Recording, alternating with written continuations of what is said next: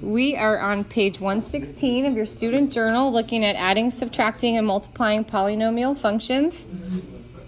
So when you add and subtract, it's really simple. If there's a negative, you have to distribute the negative.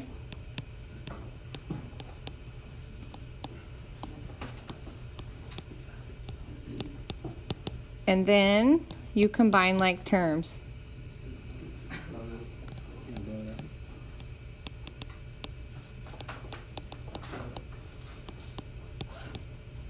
So the first problem is adding. You see your addition symbol here. Okay, the first problem is adding, so you don't have to distribute any negative there. You're good.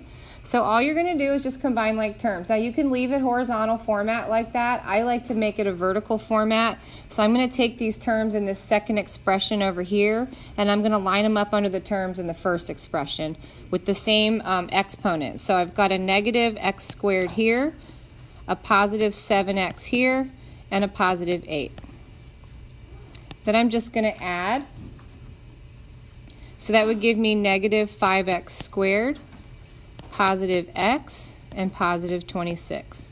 So you can see all you have to do there is just combine like terms.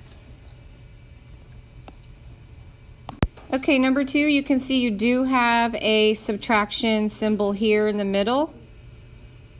So the first thing you have to do, is distribute that negative to all these signs, and so that will change all of the signs there. So it's going to be a positive x squared, a negative 24x, and a positive 63. Now when I combine those like terms, I'll get 7x squared, negative 36x, positive 111. And my like terms are already combined, so that's my answer. Okay, one more of these. It is another subtraction problem, so we're going to distribute that negative to each sign in the second expression, changing all the signs. So we'll have a positive 11x to the fourth, a negative 5x squared, a negative 7x, and a positive 7x, right? Let me back up. Positive 7x, and then a negative 13.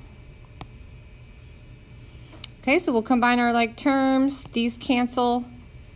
We have negative x cubed, negative 8x squared, positive 17x, negative 15, and that's your answer.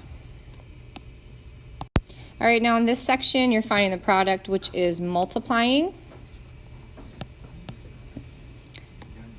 So when you multiply, whoops.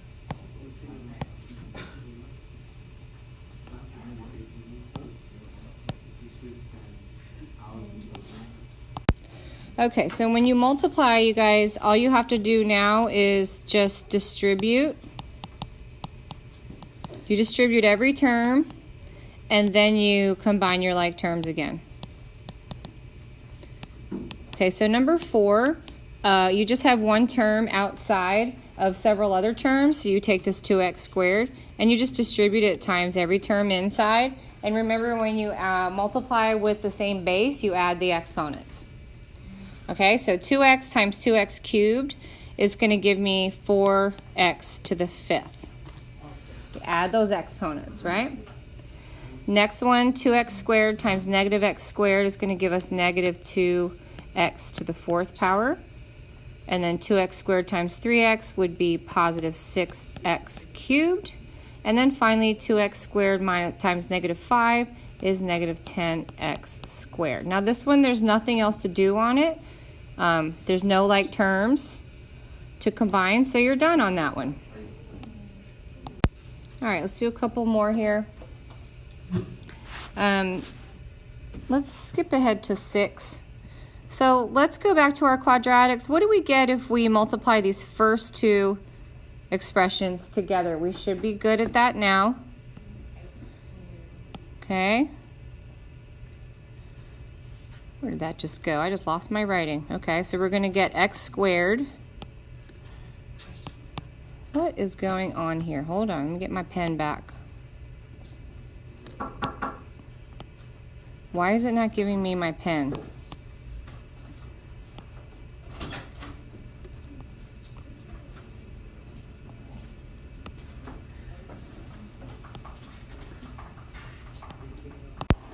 Okay, so when we multiply these two terms here, we're going to get x squared minus x minus 2.